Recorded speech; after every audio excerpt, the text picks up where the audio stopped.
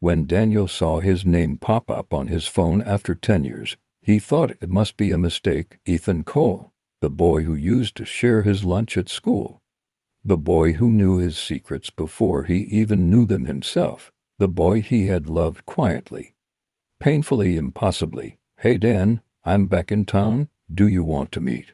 Daniel stared at the message, his breath caught in his throat, before typing, "Sure."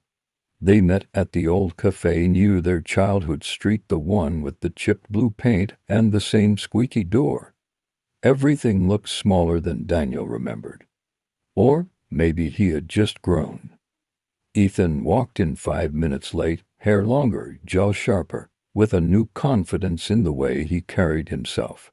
But when their eyes met, he smiled the same way he used to, soft, familiar, like coming home. "Danny," Ethan said, pulling him into a hug that lasted a second too long, "you still call me that?"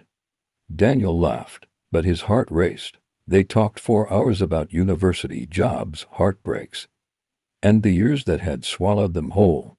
Yet, sitting across from Ethan, Daniel felt 14 again, sitting under their mango tree, dreaming about a future he never thought he'd share with him. "So," Ethan said, stirring his coffee, his gaze steady, "do you ever think about us back then?" Daniel hesitated, then decided on honesty. "All the time." Ethan's eyes widened slightly. A flicker of surprise and relief. "Me too. I didn't know what I was feeling back then. My parents, the town. I thought leaving was just easier." Daniel confessed, "I thought you forgot me." "I tried," Ethan admitted softly. "It didn't work." A comfortable silence settled between them, full of unsaid words. "I dated people," Daniel said, breaking it, "but I kept comparing them to you.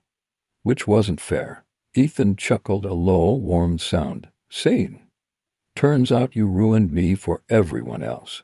They walked outside as the sun dipped below the horizon, and the street lights flickered on, casting golden halos on the pavement. They stopped near the old mango tree, their tree. "Do you think it's too late for us?" Daniel asked, his voice barely a whisper. Ethan shook his head. "I think it's been waiting." He reached for Daniel's hand, hesitant at first, then certain. Their fingers intertwined like they had practiced 1,000 times in dreams, but never dared in reality. The world didn't change, cars passed, people talked, but for Daniel, something inside finally clicked into place. They had grown apart and lived separate lives. Yet somehow, love had stayed quiet, patient, and stubborn. Standing beneath the same tree where it all began, they realized some feelings never fade, they just wait. Thank you so much for watching. If this story touched your heart, please like and subscribe for more. See you next time.